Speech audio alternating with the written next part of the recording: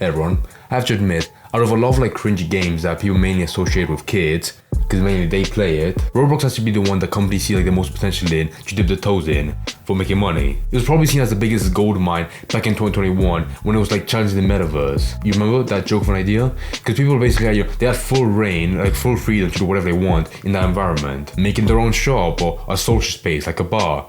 And that could never work, that's so dumb. But at first when I said shops, that's the most appealing one for companies, especially Ikea, because now they're planning on making their own virtual shop in Roblox. Immediately, before I start digging into the ideas, I really want to get the dumb ideas off my chest, because objectively, the idea of a company that specializes in making physical objects, then selling an environment where you can't touch it, that's objectively funny. If I was a CEO of a dying company, I'm not calling Ikea dying, I'm just saying if I wanted to find one avenue to increase business and find more customers, it really would depend on what my product is if I want to sell it on Roblox. Because not only are you limited to just the screen, so therefore if you have anything physical, you're but again, mainly kids play that game, which if that's already your target customer base, you're golden.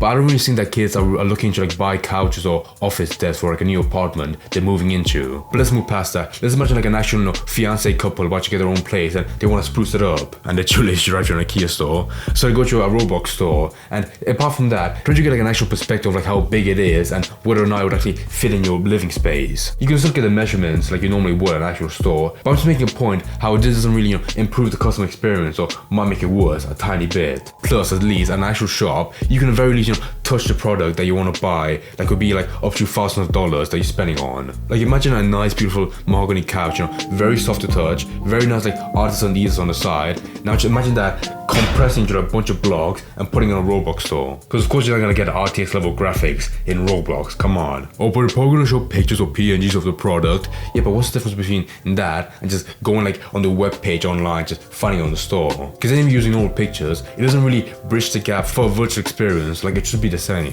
I'm sure there are other companies that have experimented making shops in that game. You can debate on whether or not they're successful, but Ikea has to be the weirdest one. I think they're trying to take the avenue of you can go to a virtual shop, see what you like, and then have it delivered to your house. Which even then, it doesn't sound like a big loss, but you're losing the ability of seeing the product that you want, that you're spending money on, right in front of you. It reminds me of that dead, incredibly old game Second Life that was really popular back then. It was explosively popular, and companies saw it as the next selling frontier. Which is why you'd see equally dead brands paying for advertising, actual ad spots in the game, and even more bizarre, people selling and buying land plots in the game. I mean, it's only natural. You have a rising population. Within 20 years, you can make your own neighborhood. It sounds moronic, I know it does, but there were people that are willing to spend hundreds of thousands of dollars just for that land. And therefore, you need people to manage that kind of service. So you had jobs like virtual real estate agent, an actual oxymoron. But anyhow, I'm probably blowing up proportion how much confidence they're having in this idea, because they're not fully betting on it, and they're only hiring 10 employees for when the store opens up. And I have to admit, that's definitely enough if you weren't planning on having bots walk around the store,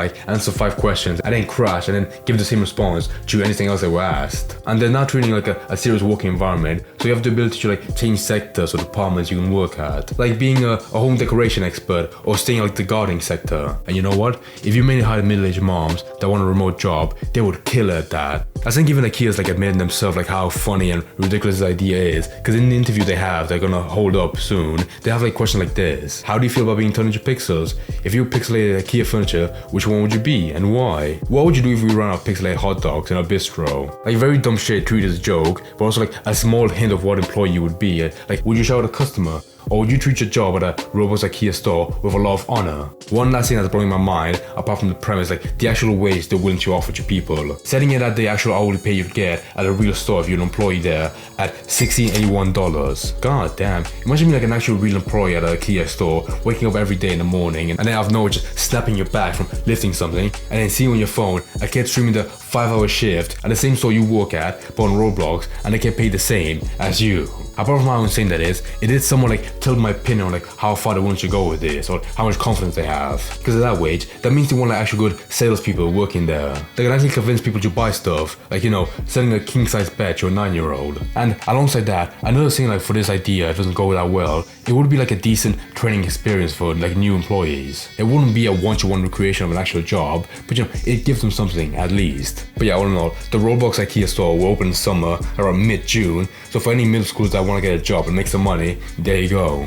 It would be funny somewhat if it got like really serious, like some people overwork themselves due to depression for his Roblox job. You have like one fella's manager like sexually assault one of the female employees in the stock room, like the shittiest emote ever in the game. My god.